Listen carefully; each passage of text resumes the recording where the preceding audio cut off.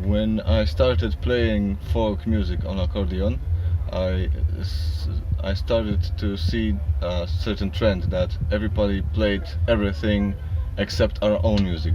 My friends on the accordion, they played tango, they played French music, Balkan music, Scandinavian music, Azerbaijan music, Irish music, everything but not our own Silesian music.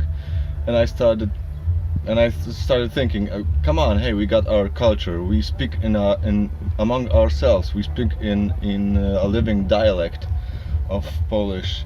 It's a mixture actually of Polish, Czech, and German. And because, Old Polish. For instance, we don't say like Polish rower, we say kolo, like in Czech. So it's a mixture. It's a unique culture, and we have it's alive, but we like skip the music. You know, we prefer to play music from Ireland or the Balkans. So I thought about it, and I started thinking somebody should do a project that would make our music great again. Something like this. And it was him. Yeah, He started. I started this. It was your this idea. project. Yeah, I started making the arrangements. Started digging the old music, looking for old Silesian music to modernize it, to play it in a modern style. Because I also played in a punk band. I knew how to play it in different styles. I played on accordion in many different bands. And when I started looking for all traditional Silesian music, I met Kate, who also was looking, but for mostly vocal music. I was an instrumentalist. I was in the traditional vocal, Silesian vocal band, only vocals. Me and Karo also. I'm used to it actually. She's the mother. Yeah, they call me. Keeps us with a very strong hand. Yeah, they call me mother sometimes because I am the one who talk with everyone and try to keep all the group together, and I deal with the most of stuff, and I prepare them. I'm like managing most of the stuff, so when they come everything is prepared, and they have their small sandwiches in their hands, and I tell them where to pee and what to eat and so on. So they call me, Mom, where are we going to sleep today, and so on. But yeah, I'm used to it. Because when I was in high school, I was in a math physics profile, and there was only 8 women and 25 guys in my class. And then when I choose my studies, there was like 50-50 men and women. But I like and I was working in IT later, so also only men, and I'm pretty much used to it. I have no idea how to work with women actually. It's like much easier for me to work with men because I'm so used to it. And my father always says that he really wanted a boy, he really wanted a son, but then he got me, and I'm like 7 sons for him. So this is kind of weird and sweet at the same time. Well, right now I think we are getting the message to most of Poland. People in Poland are starting to see that Silesian music is actually quite rich, quite interesting, and not that and not that, I don't know, boring or whatever they thought about. Actually, they didn't know, even most of them didn't even know it existed. Yeah, so we're getting the message to them. Yeah. And now they didn't know that in Silesia there were people, like Polish people there. They thought that they were only Germans. And didn't know that we had our culture. So now we're getting the message to Poland, and then we'll try to send it to Europe, and maybe we're slowly all around the world, climbing on the ladder of career. And I think the biggest idea of ours and the biggest dream is to, because the folk music and the world music are mostly considered a very specific kind of music, and all those scenes that have world music, they mostly think about fusions with jazz and so on. So there is not that much of people that like actually world music comparing to other genres. So our dream was always to take this folk music and at least my dream, to take this folk music and world music and put it back on the better place. I mean, like on the bigger stages, and not only on folk festivals but also on rock festivals, alternative festivals, on the main stages. You know, like let's take this music out of the world stage and let's give it the right place where it should be. I like People music. because it's a people, the folk music, it's a people music, so it's supposed to be the music for the people who make the music.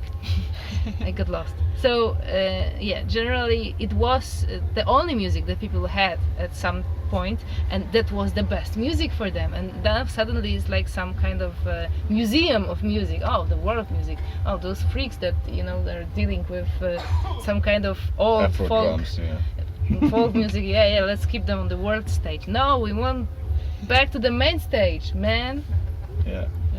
So that's our dreams for future, to put it on the biggest festivals on the main stage.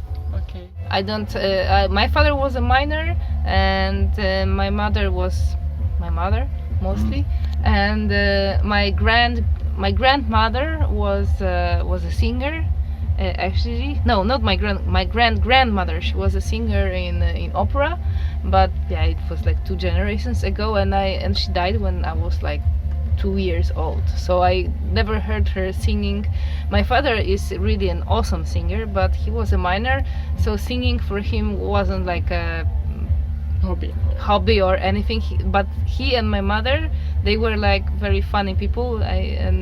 I really appreciated that. For example, they were singing a lot at home, and you know that sometimes, you know, they, instead of just having a conversation, they were like making some songs about it, and you know, making up some words and so on. And even they could like if they were even disagreeing or Arguing. if they were arguing, sometimes they were doing it with a song, and it is, you know, for me it was like normal, but then a few years ago I understood that no, it wasn't normal. This was like really special.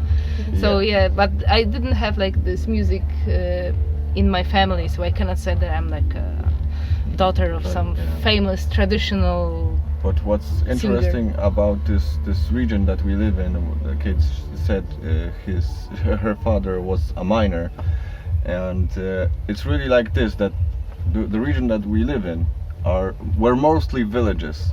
There were just folk living around there, and suddenly mines started appearing. Yeah, it was suddenly 200 years ago. A lot of people Like started coming villages. to work in the mines. They started to build up the cities, and the cities growth. But what's interesting, that the folk culture stayed. It's a big city we live in. We live now in Gliwice, earlier in Zabrze, Kate lived. But you can feel the folk atmosphere in the town. You can feel when the town I lived next door to Kate, and my neighbor raised chickens in a town, you know, in a big city like. And I was raised. 200,000 people lived in the city, and he raised chickens, and another neighbor raised something else. I don't really know. I think it was rabbits, but you know, it's not that common. And so that's in the place, interesting. In the about place where I raised, it was like a huge concrete block that was built in the early 80s, and it was built on the old like a tiny miners' village. Just next to the fields and just next to the former border with Germany, because you know, before the Second World War there was a border between Germany and newly restored Poland, and there were still some bunkers there, like 2 bunkers and fields, and also some animals were kept. So it was like a mine. So it was like everything. There is like a village. There are fields. There is like the old border.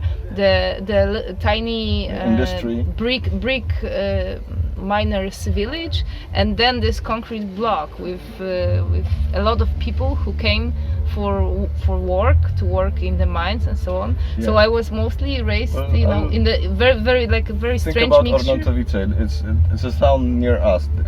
A lot of people in there raise cattle or chickens or work in the fields, but there's also a mine in that village. It's so like a- half of them work in the mine, half of They them were work like in the fields. yeah, they were It's like people really constantly living interesting. on the border, like not Yeah. only the border, like real Of border, two but the countries, but like of on the border culture, and the village and the city. yeah, exactly. So for me, in my childhood, it was not połączone, connected with folk culture. I was raised like normal kids in the 90s, so I was listening to rock, I was listening to Korn, I was listening to Prodigy, and so on. And the folk culture came much later, especially because of all this stylized ensembles. Everyone considered that the folk music it's boring and this is not the music of my generation. So suddenly when I had some trouble in my life and I started my again I came back to singing before, but in the classical music I came back to sing to this folk band with only girls singing. And then I discovered that wow, this music sounds completely different when you take it out of this strange smiling full makeup ballet mixed with bel canto singing ensembles.